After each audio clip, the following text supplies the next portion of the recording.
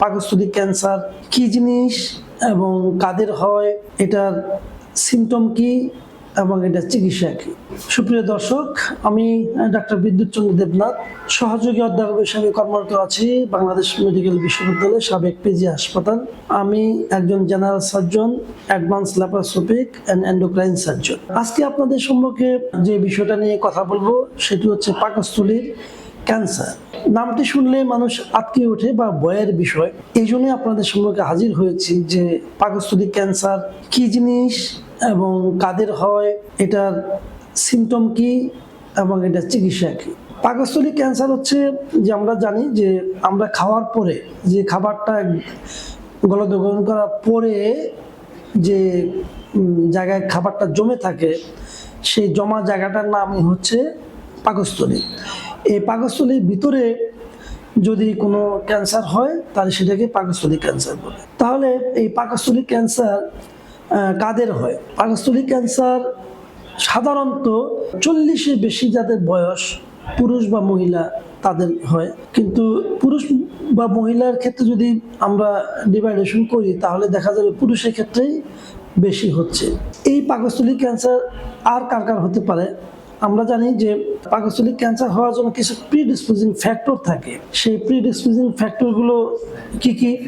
যেমন ধরেন, যারা দেখা যায় যে সামুদ্রিক অঞ্চলে থাকে তাদের কিন্তু পাকস্থলী ক্যান্সার হওয়ার বেশি থাকে, কারণ তারা সি ফিশ বা সল্ট ফিশ খায়। অথবা দেখা যায় যে যারা আপনার ফ্যামিলিগতভাবে যাদের ক্যান্সার আছে তাদের কিন্তু পাকস্থলী ক্যান্সার হতে পারে।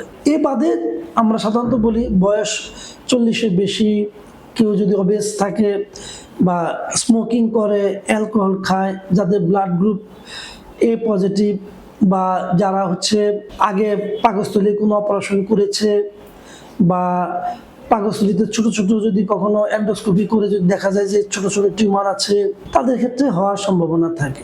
এই যে পাকস্থলী ক্যান্সার, তাহলে আমরা কিভাবে বুঝতে পারবো যে বা কি সিমটম নিয়ে আসলে আমরা অনুমান করতে পারবো যে তার পাকস্থলী ক্যান্সার হতে পারে? আমরা কিন্তু প্রতিনিয়ত গ্যাস্ট্রিক, যাকে বলে গ্যাস্ট্রিক আলসার, এই আলসারের অ্যান্টি আলসারিন খাচ্ছি, তাই না? খেয়ে অনেক সময় দেখা যায় যে অনেকের আলসার ভালো হয়ে যাচ্ছে, অনেকের আলসার ভালো হচ্ছে না। তো সাধারণত দেখা যায় 2 মাস গ্যাস্ট্রিকের আলসারের ওষুধ খাওয়ার পরে যদি ভালো না হয় তাহলে কিন্তু একটু ধারণা করা যেতে পারে তার পাকস্থলী ক্যান্সার হতে পারে, বা তাকে কিন্তু অবশ্যই ডাক্তারের শরণাপন্ন হতে হবে। আর আলসারটা বা পাকস্থলী ক্যান্সার যে সিমটম নিয়ে আসে, সেই সিমটমের ব্যাপারে বলি।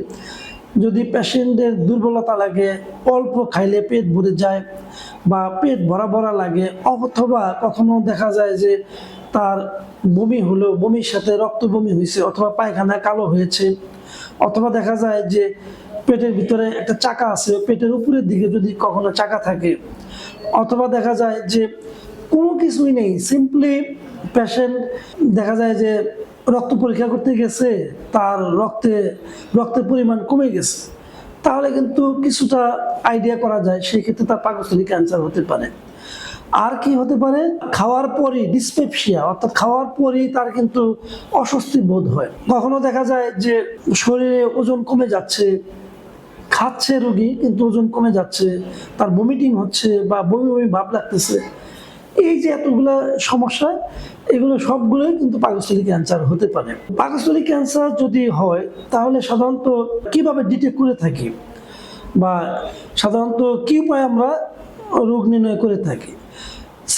ভেরি সিম্পলি যদি একটা এন্ডোস্কোপি করে তাহলে কিন্তু এই পাকস্থলী ক্যান্সার ডিটেক্ট করা যায়। যখন আপনি এন্ডোস্কোপি করে দেখবেন যে তার একটা আলসার আছে এবং ওই আলসার থেকে আমরা বায়োপসি নিই, অথবা দেখা যায় যে একটা টিউমারের মতো জিনিস মনে হচ্ছে, ওখান থেকে বায়োপসি নিয়ে আমরা পাকস্থলী ক্যান্সার ডিটেক্ট করি। তো পাকস্থলী ক্যান্সার হওয়ার পরে আমরা জানবো যে পাকস্থলী ক্যান্সারের যে চিকিৎসা। তো চিকিৎসা যদি পাকস্থলী ক্যান্সার সম্বন্ধে আমরা জানতে যাই তাহলে আমাকে জানতে হবে যে পাকস্থলী ক্যান্সারটা আসলে পাকস্থলীর ভিতরে আছে না অন্য কোথাও ছড়িয়ে গেছে। যদি দেখা যায় যে পাকস্থলী ক্যান্সার আপনার পাকস্থলীর ভিতরে আছে, অন্য কোথাও ছড়ায়নি, তাহলে আমরা অপারেশন করি, যেটাকে আমরা হয়তো দেখা যায় স্টমাকটা ফেলে দেই, অথবা দেখা যায় স্টমাকে পোর্শন ফেলে দিয়ে আমরা অপারেশন করে থাকি। এরপরে যদি ক্যান্সার, এই যে মানে স্টমাক ফেলে দিলাম বা স্টমাকে পোর্শন ফেলে দিয়ে অপারেশন করলাম, এরপরে কিন্তু আরও কিছু চিকিৎসা লাগে, যেটাকে আমরা বলি ক্যান্সার ডিটেকশনের পরে কেমোথেরাপি। সাধারণত অপারেশনের পরে রোগী সুস্থ হয়ে গেলে পরবর্তীতে আমরা রোগীর কেমোথেরাপি দিয়ে থাকি। এই যে আজকে আমি আপনাদের কাছে পাকস্থলী ক্যান্সার নিয়ে কিছু কথা বললাম।